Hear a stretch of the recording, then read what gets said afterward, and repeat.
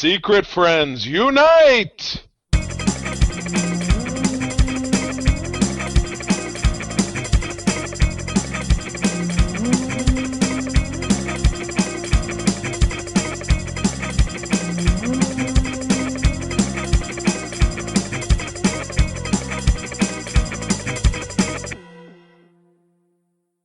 Hey, gang, welcome back to Secret Friends Unite. Oops, all Thunderdome. This is episode number 582. This is our podcast where we break down a single topic of the week, keep it short and sweet.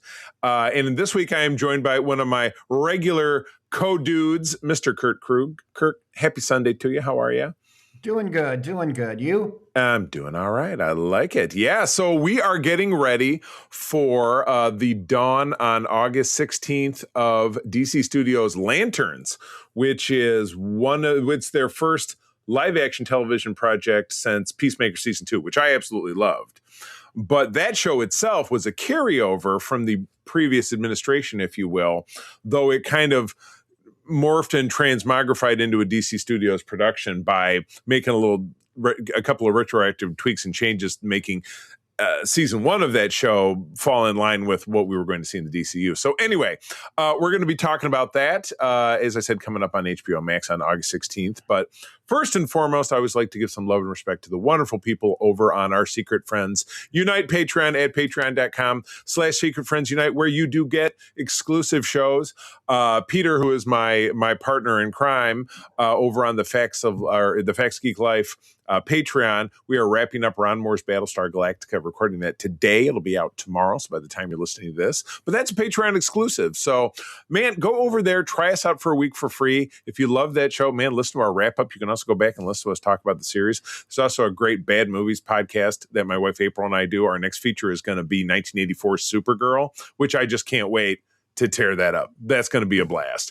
As I said, you get a week for free. You can stay on board for as little as 50% off you get 50% off your first month, and you stay on board for as little as $2 a month. So we would love to have you just to support the show. We would love it, and it does kind of cover the cost of keeping all this going. So we would love to have you. Again, patreon.com/Secret Friends Unite. Okay, let's talk turkey. Lanterns, as I'd mentioned, HBO Max, dropping on August 16th. Kurt, before I get into the summary and we get into the round robin, full disclosure, you and I both dyed in the wool Marvel guys, started reading in the 80s, heavy in the 90s, still, read and revisit. You and I go to Comic-Cons together. We flip through those dollar bins, but we focus on Marvel Comics. So talk to me about what the Green Lantern character kind of means to you. We'll do first bullet point before I do kind of the summary. So tell me about kind of what Green Lantern means to you. How did you discover him? Things that you like, things, we'll start just with the how you discovered him piece. Probably the same way you did on the Super Friends cartoon. Oh, yes. Yeah. And thought he was cool. He had that magic ring. But I, like you said, was a Marvel dude growing up. The only time I really got into him was when they killed him off. Ron Mars killed him off and replaced him. That was in the mid-90s when everybody had to go dark. Right, dark. Yeah, because of Batman, I'm sure, in the film several years earlier. Yeah, and eventually they just... I think in some ways bastardized him because they made him this villain, but They gave him a redemption story written by MSU alum Jeff Johns. Oh, yes. That fixed everything brilliantly. That's really all I know about GL, pretty much. I didn't see the movie from 2011 all the way through. It was pretty bad. I think I shut it off. Oh my God. Wow. That's bold. Well, we'll get back to that, but let's get you kind of caught up. This movie is not necessarily, this television show is not necessarily focusing on a single Green Lantern character we all know Hal Jordan. That's kind of who we've been talking about, at least referencing back to the Super Friends, as the classic character that he's, an Air Force test pilot. He stumbles upon a crashed alien spacecraft. The pilot is dying. He says, you're noble of heart, blah, blah, blah. You got to take over for me. It's kind of like it was a precursor to the Santa Claus, basically. I mean, think about it. It's the same plot line. Yeah. A dude has to become Santa because there's always got to be a Santa. But anyway, an official recap that I did find on Wikipedia describes the Green Lantern Corps as a fictional law enforcement agency appearing in American comic books published by DC Comics. Co-created by John Broome and artist Gil Kane, classic, he did a lot of Marvel stuff. Later on, because this was quite a bit earlier than that, the organization first appeared along with member Hal Jordan in Showcase number 22 in 1959. So my dad would have been 10. So if my dad was reading comics, I don't know that my dad was a big comic reader at all, but you picture kids from the 50s, I mean, I'm sure your dad was right around the same age as mine, that they would pick them up at the spinner rack in the drugstore down, because back then comics weren't collectible. You read them and they end up in the trash, or they end up, in a closet somewhere. You can trade it to your cousin, whatever it is. Which is why those comics are so valuable, because, again, everything in comic collecting has to do with scarcity and supply and demand. So if people really want it and there aren't copies around, you can see the prices go up.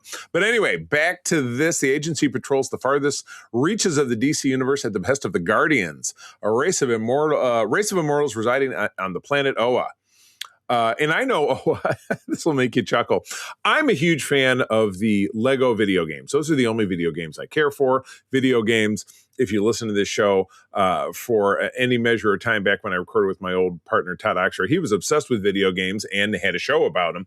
I just can't stand them. They just can't hold my interest. But the Lego ones, I don't know, maybe it's nostalgia, probably because I played with my kids. There was an open world, one of those Lego Batman 3 or DC Villains or something, where it was this open world that you ran around and solved little puzzles, like you had to turn over a rock and the aliens came out and stuff. So anyway, there's my big knowledge of what Oa and the Guardians are, the Lego games, which is sad. According to DC continuity, the Green Lantern Corps have been in existence for 3 billion years. That's a long time. Currently operating amongst the 3,600 sectors of the universe, there are 7,204 members, that's very precise, known as the Green Lanterns. Each lantern is given a power ring, a tool granting the use of incredible abilities that are directed by the wearer's own willpower. And I know, maybe you can help me with this, Kurt, if you drill down more, there are other color-powered entities. There's blue lanterns, and red is bad because red is bad. There's I don't know that much. I know that there's different colors, but I don't know the essentials of it. I'm plucking off the top of my head. I know that Star Sapphire was pink, and that was Carol Ferris, who was Hal Jordan's girlfriend or wife or whatever. And then they also have different animals. Like there's one of the Green Lanterns is a squirrel, and another one is called Larafleeze, who's a monkey or something, but he's orange. There is a lot to it, a lot to it. So just like anything in the comics. So if you, I would say anybody who's listening to this who just really wants to school me on Green Lantern stuff, please hit us up, secretfriendsunite@gmail.com, or any of our social medias. I'll blast out the tags at the end. But really, you can find us on any socials as Secret Friends Unite, and you can find myself as well. Again, I'll give tags at the end. So, all right. So, Kurt, we talked a little bit about familiarity. You did not obviously go see the 2011 film, which is famous/infamous. Was also our shared friend Mark Guggenheim, who is a comic creator, was involved in that. I know that when I interviewed him, I certainly didn't want to be, that movie sucked, but I know that it seemed like, if I'm remembering correctly, and back me up, Kurt, here, maybe a lot of the creative control kind of drifted away from him. He wasn't really running it the way that he wanted to, yes. Which is kind of why we got what we got. But that was a famously spoofed career launching vehicle for Ryan Reynolds, who is now unstoppable in genre circles as Deadpool and so many other things. And didn't in one of the Deadpools he appeared as Hal and Deadpool killed him or something like that? He had, do you remember, it was all done very satirically, but at the end of Deadpool 2 because they have a little time turner device, and that's how Cable comes back in time because he's trying to kill the kid who's going to go on to kill his family in the future. But that device, he uses it to save Deadpool, and then in the post credits, two of the young X-Men, the two female X-Men are playing with it, and Deadpool steals or whatever, and he's going back. And they had a cutscene where he killed baby Hitler. Thank God they didn't feature that. But more to get back on track, he goes back and kills off himself in Wolverine Origins as that version of Deadpool, which is, of course, doesn't make sense. Can't kill Deadpool by shooting him in the head.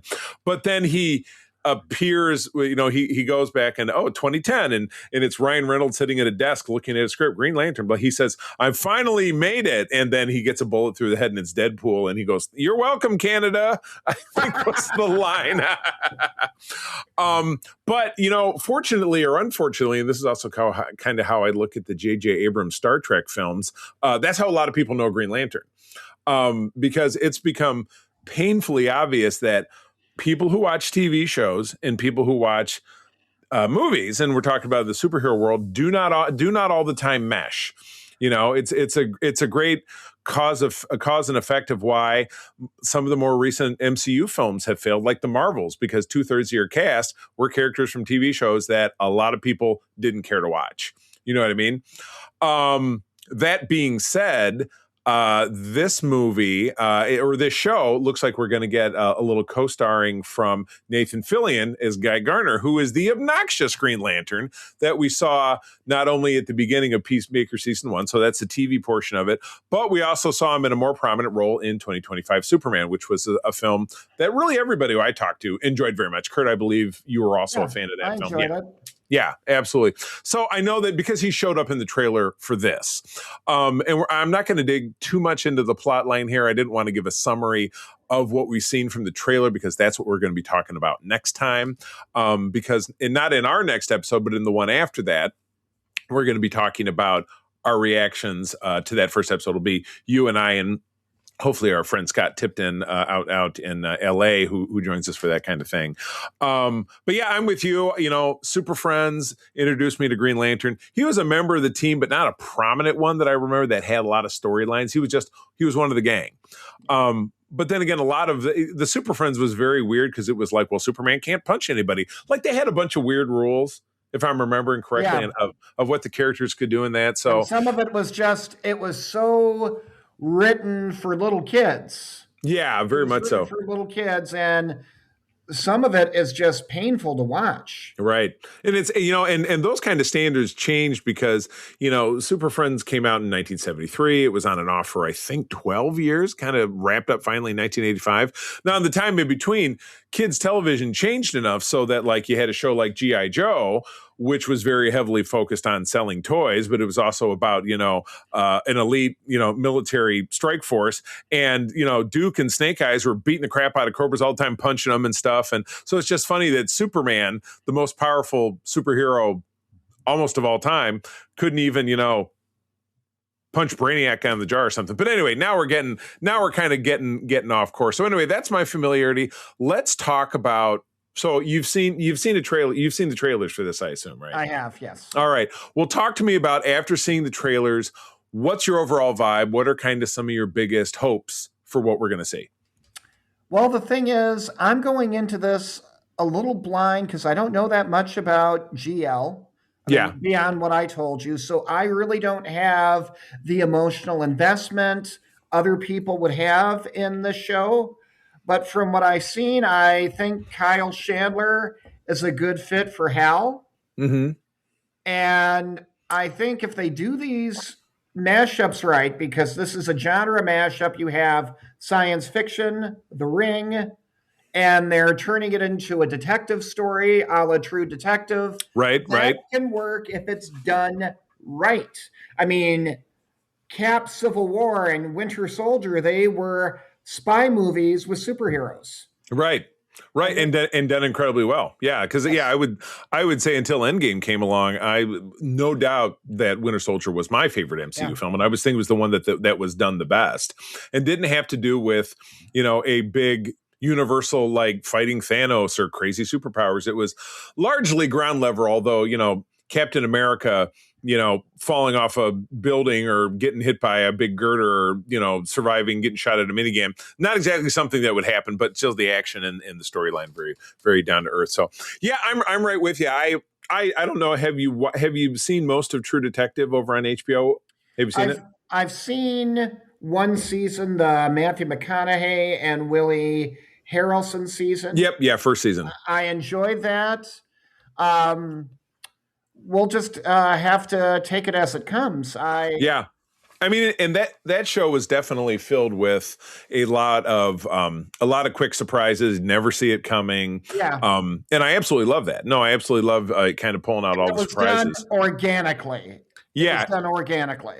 Right. Yeah. Not exactly leaning so heavy. So, and again, it's so funny because DC on television, even going back to their long legacy of really successful animated films that we've been seeing for, gosh, probably the last 15 years. They generally seem to pretty much get it right. Peacemaker, I absolutely love it. Mm-hmm. I'm trying to think of a TV project they had that I really disliked. The stuff that they farmed out that was on network TV, Gotham, I thought was pretty good, though I didn't sit through a lot of it. That being said, I have heard, I think Sci-Fi Channel had Krypton, so it was like, here's the background of Krypton. I heard that was kind of unwatchable. I don't know. I didn't really dabble with that. Smallville over on the CW was great for what it was, for that genre. So I think they've been successful on the small screen, finding ways to cultivate DC characters. Yeah. It's not on the big screen. I don't get it, because at one point they were king. Marvel was a joke, and now look.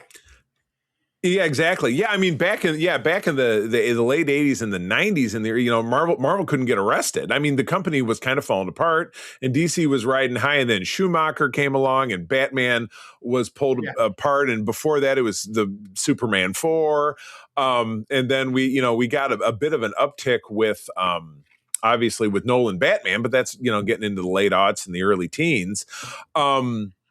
But yeah, Superman in 2025 was great, but Supergirl was a pretty universal disappointment. Yep.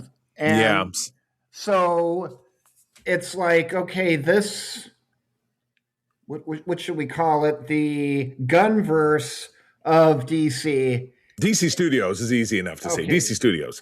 Which is run by James Gunn. Right.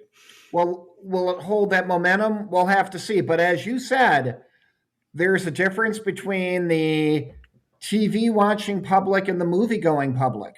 Very much so. And it just seems to get wider because we had two massive box office failures this summer. We had The Mandalorian and Grogu, and then we were just talking about Supergirl.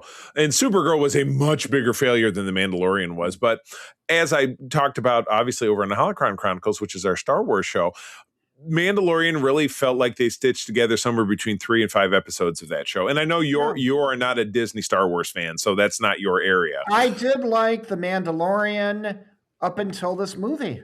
I just thought this was an episode that could have just been an episode. It didn't need to be on the big screen. Right. Well, an audience has agreed with you. And then with Supergirl, the tone was just wrong. Just everything they were doing was just not landing.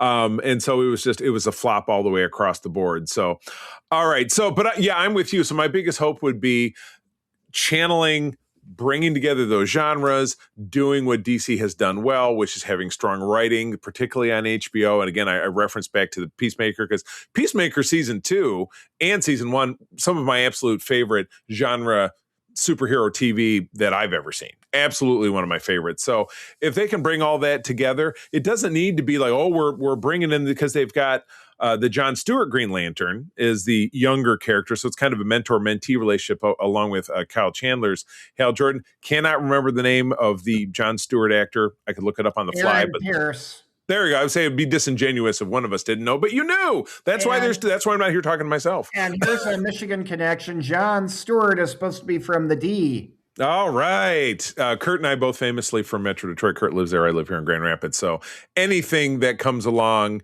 that's Detroit related, like we got 2 of the G.I. Joe characters, 3 that are from the Detroit area, though one is from Michigan. One of those is from a made up location, as you and I were talking about last week, looking at file cards. Oh, all right. So biggest fears, we've already talked about the 2011 film. And so here's my fear.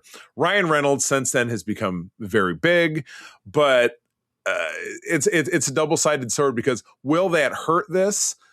It's possible, but we also just talked about the fact that maybe a lot of people are just coming along saying, this show, which is airing in that very coveted Sunday, 9 p.m. HBO Max TV spot where House of Dragons is wrapping up, which House of Dragons, I haven't even really watched it this year. I guess it's just the fantasy and the wizards and the dragons and stuff is just really not, ultimately it's not my scene. I talked about it with Oxtra, but I don't long to watch it. So I've not kept up, but that is just a very coveted slot for prestige television on that network. So will they simply catch people coming over who are like, oh, here's a couple of guys driving around in a car and they're solving a mystery. And then as it turns out, there are also superheroes, because remember, there's been, like any show, a couple of trailers kind of teeing this up, that the first one didn't give us much, but the second one, which we got just a couple of weeks ago, does show a little bit more of that fantastical element. You do see Kyle Chandler's character launching, wearing his ring, and you see Aaron Pierce charging his ring in the famous battery. And then you see Sinestro, who is the ultimate villain of the Green Lantern series, I think imprisoned, or now I can't remember who the character is. Is it Jeremy Strong? I know Mark Strong was Sinestro in the film, but I'm not remembering. Like I said, this is a tee up, so I don't have all the facts and figures in front of me, because I want to talk about the facts and figures when we talk about the episode. But he says to Hal Jordan, he's not your backup. Say it, your replacement. Yeah, so he's going to be struggling a little bit with that. Getting rolled over. So, so and again, my other big fear, and again, this circulates back to it with Supergirl being a big flop. Is something like this going to enhance the momentum of this? Is it going to take away from it? Is it going to be totally irrelevant? I'm just not sure. But we are bringing in because we do see Nathan Fillion's Guy Gardner in this trailer, so he's going to be a part of it at some point. Have no idea how big of his role is going to be. I think it'd be better if it was less than more, because I think when you try to create some connective tissue around, well, this happened in our show, and then they try to reference back to it, it just brings back visions of the Marvels. You know what I mean? And I just think it's going to be a dud move to make if that's what they tried to do. So. What about you? What are your fears? Anything that I haven't talked about? Pretty much what you said. Okay. And maybe, I don't know, maybe they're going to differentiate and distance itself from the 2011 flop. I hope they don't go too far afield. Yeah. Right. Yeah, building a subgenre of the superhero detective, but it's a little bit more science fiction-y. Obviously, it has more fantastical elements than if it was Batman, because Batman is the superhero detective. That's his shtick. That's what he does. But yeah, we don't really have a true Batman on TV. They save him for the movies, which I think Batman is great as a movie, but could probably. And they find great ways to do an anime. Like, I don't know if you've watched. Batman Cape Crusader, which is over on Prime right now, which is like a updating in some ways of Batman the animated series, but it's set in that time period. It's amazing, and I think Hamish Linkletter, who you and I met at Motor City Comic Con last year, is Batman. He does a great job. But a lot of people could do a great job as Batman if you talk like this, don't you think? Yeah. Which I think he pulls off. But anyway, if you haven't checked that one out, I would recommend it. I did talk about that on one of my kitchen. And Batman did work as a TV series, Adam West. Oh, yeah. It's absolutely different genre, but without a doubt. He was on for a couple of years. Yeah. And you know what? And I own it, and I still will watch an episode from time to time just because it's so enjoyable. All right. Final thoughts before we tune out? I hope that what you said about Nathan Fillion, less is more. I love Nathan Fillion, but you don't need it to become overcrowded. I think Kyle Chandler, who's known for Friday Night Lights and Early Edition, he can hold a series. So I think he can pull it off. Just give him the right amount of space. I think he can do it. Okay. Yeah. No. I'm on board too. I love the mixing of the sci-fi. Obviously, Kurt and I are both big Star Trek guys. We've talked about Star Wars, so we love that high concept. And I think this could be something that kind of pushes that lousy memory of that 2011 film, pretty far into the back seat, so that we don't have to worry about it anymore. So yeah, I'm fired up. But this comes out again August 16th. So we won't be covering it in our next episode, but we'll be jumping forward to the one after that. We'll be doing kind of a first episode react, but this is 8 episodes airing weekly on that Sunday evening, 9 p.m. Eastern time spot. So you'll want to tune in. But yeah, that's our show. So we hope you tune in and watch the show with us.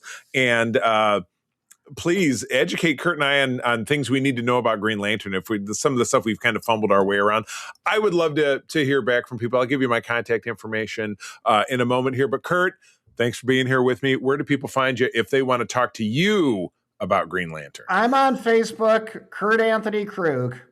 Excellent. And I, of course, as I'd mentioned, I'm kind of the guardian, as it were, not sitting on I'm just right here in East Grand Rapids, Michigan, taking care of our Secret Friends Unite social media. We are everywhere, really, except for X and TikTok. And my personal social media is also in all those places. I'm at the C3, THECEETHREE. So find us there. SecretFriendsUnite.com is the home of all of our podcasts, also our YouTube channel, where you find audio versions of all of our show, plus our great spotlight interviews, a lot of which Kurt has helped me set up. And that's really how Kurt and I started working together, was doing that. But please do find us over there. And of course, at patreon.com/Secret Friends Unite for all of our bonus content. The other thing I do, and I'm working on being more consistent about it, but you know how life is, but at least a couple of times a week, I like to plop down in about 3 minutes or less, give one of my kitchen chats where I'm talking about other stuff that I'm enjoying in the world of nerd that doesn't make it into the main show. So look for that on all of those social medias I just mentioned, plus our YouTube channel. And with that, friends, thanks for tuning in. I'm going to tell you as always that sharing is caring, and to keep on trucking. In brightest day and blackest night. This podcast is part of the Secret Friends Unite podcasting network, available on Apple Podcasts, Spotify, and podcast services around the galaxy, as well as video on our YouTube channel. You can support Secret Friends Unite by becoming a Patreon member, get bonus programs and more over at patreon.com/secretfriendsunite. Join our Discord community for even more discussions on all things geek. For all the latest updates on Secret Friends Unite, make sure to follow us on Threads at secret.friends.unite and visit secretfriendsunite.com. Find our merchandise at TeePublic and Redbubble. Thanks for listening, and may the Force live long and prosper.